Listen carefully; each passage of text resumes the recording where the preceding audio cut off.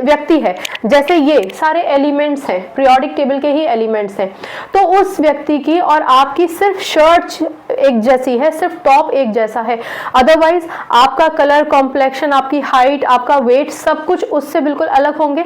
ठीक, यानी आपकी फिजिकल प्रॉपर्टी, फिजिकल अपीयरेंस बिल्कुल अलग होगा, आपके इमोशंस अंदर के बिल्कुल अलग होंगे। हो सकता है आप खुशमिजाज हो, मिलनसार हो सकता है कि वो बहुत शांत हो, गुस्से वाला हो, कुछ भी हो सकता है।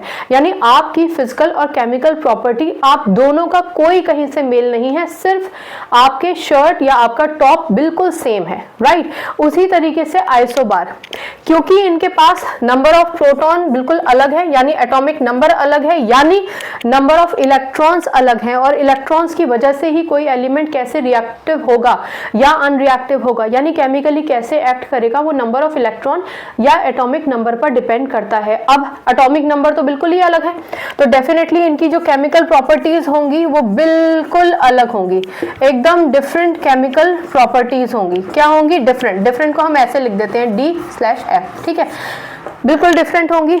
और क्योंकि ये दोनों अलग अलग फैमिली से बिलोंग करते हैं, बिल्कुल अलग अलग फैमिली से बिलोंग करते हैं, इसलिए इनकी फिजिकल प्रॉपर्टी जैसे कि density, melting point, boiling point, ये सब कुछ भी एकदम अलग होगा। ठीक, अब मैं आपको बताना चाहूंगी कि आर्गन की अगर आप बात करते हैं तो argon group number 18 period number 3 का एलिमेंट है, जबकि calcium group number 2 period number 4 को बिलोंग करता है। आर्गन जो होता है वो कलरलेस होता है, ओडरलेस होता है, इनर्ट गैस है। इनर्ट क्यों है? क्योंकि कॉन्फ़िगरेशन कितना होगा? 2 8 8 8 और 8 16 और 2 18। आउटर मोस्ट शेल में 8 इलेक्ट्रॉन है, यानी कंप्लीटली स्टेबल है ना। और जो एलिमेंट्स नेचुरली स्टेबल हैं, आर्गन, नियन, क्रिप्टन, ये सारे के सारे इनर्ट गैसेस या नोबल गैसेस ही कहलाए जाते हैं ना।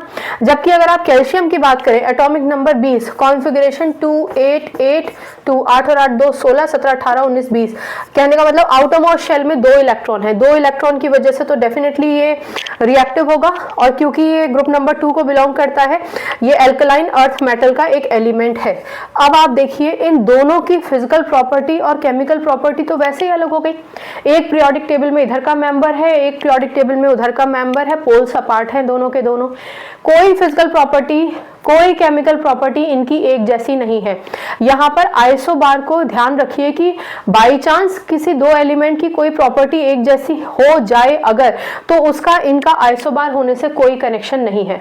नॉर्मली हम यही कहेंगे कि chemical property and physical property of isobars are different. अब एक बार सम अप कर लेते हैं। Isobar, atoms of different elements